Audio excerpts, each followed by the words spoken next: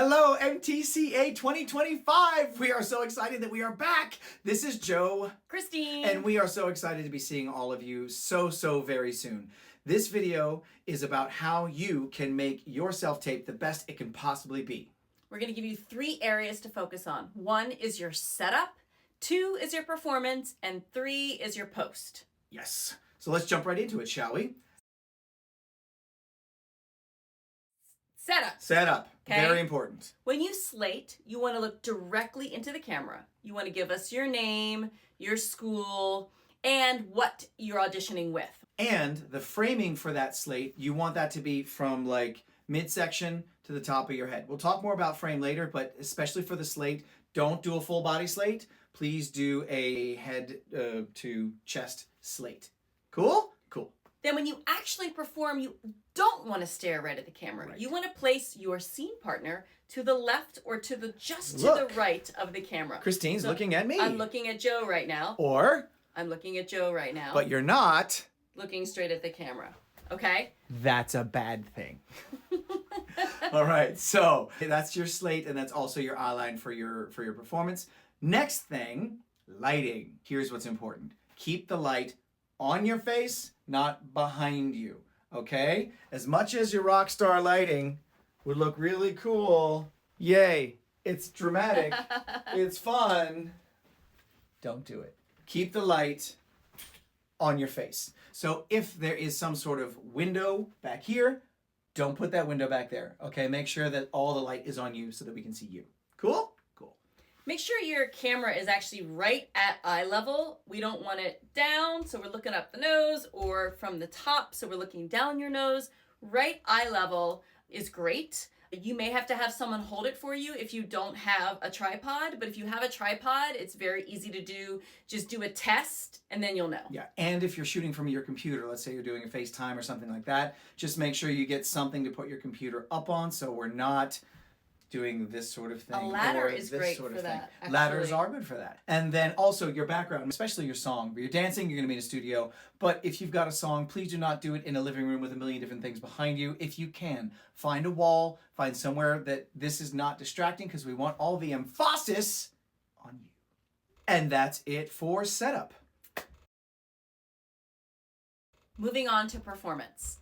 The biggest things about performance are use the music we send you. We will be sending you the performance tracks of the audition cuts. Please use those and nothing else. Don't make your own cut of whatever song in a different key. We need to hear it in this key, so use the music that we send you. You'll have everything that you need to put all that sound down when you sing or dance.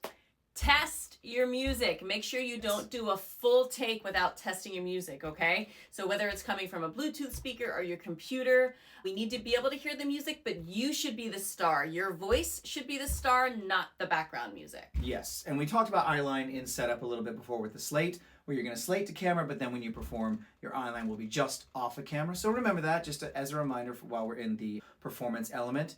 Also, we want to remind you to keep going. So this is something we're actually not going to be seeing, but so many times when we self-tape and we do ourselves or we're coaching somebody, the performer will stop. Because they make a tiny little mistake. And it's like, it was golden, except for that one little thing. So just keep going to the end and finish it. The mistake might not be as big as you feel like it was. So keep going. Okay. Also, like, generally you're going to get the take that you want between 1 and 3, sometimes 1 and 5, but we have found 1 and 3 takes. You're going to get what you need. Somewhere in there. Yeah. You know, if you go above 5 takes and you're in 6, 7, 8, 9, 10, chances are you're kind of wearing it out. You're wearing yourself out. So maybe come back another day if you have that kind of time. But typically within the first 5 shots at it, you're going to get it, and trust it. And then once you do, once you feel like, yeah, okay, I think I got that one, swing for the fences. Take one and do what we call a throwaway take. In the biz, we call it a throwaway take, which means do whatever you want. Do something weird, do something off the wall, just have fun with it, and you never know. You might discover that actually might be the one. Yeah. Just be you, the brilliant you that you are, and we'll love you for it. And I think that's it for performance. That's totally it for performance. Moving right along.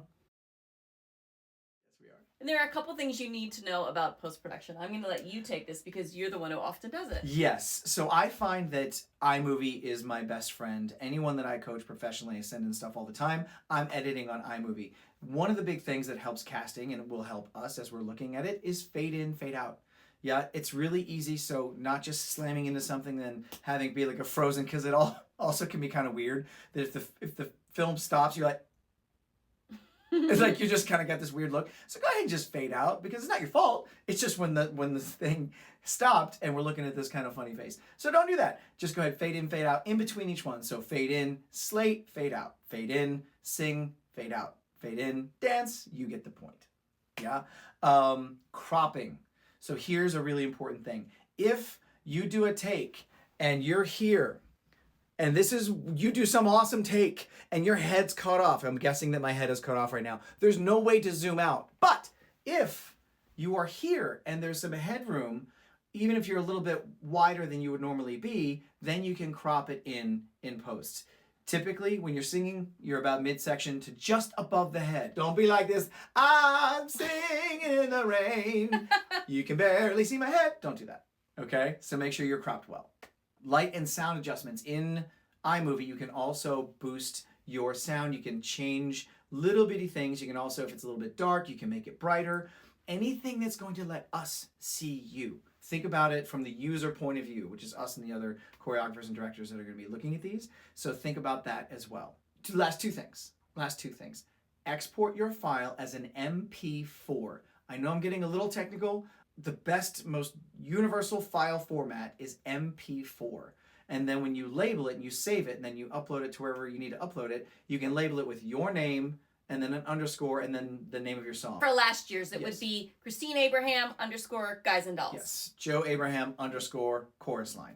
So we'll get your name and the number that you're going to be auditioning for, because when we receive them, they go into all sorts of different files. So that is it. We can't wait to see what We can't. And I think the biggest thing, like Joe said, once you prepare, just perform. When we teach all the time, we talk about flavors of ice cream. There are so many flavors of ice cream out there. There are no bad flavors of ice cream. It Not just to depends. my knowledge. I mean, No. right? It just depends how you want to make your sundae, right? So whether it's chocolate, vanilla, and butter pecan, and then the next time is strawberry, raspberry, and blueberry. I'm not sure, but you do you, the best version of you, and that's what we're going to see. And we can't wait to see it. Thank you all so much in advance. We love you, and we will see you very soon. Bye.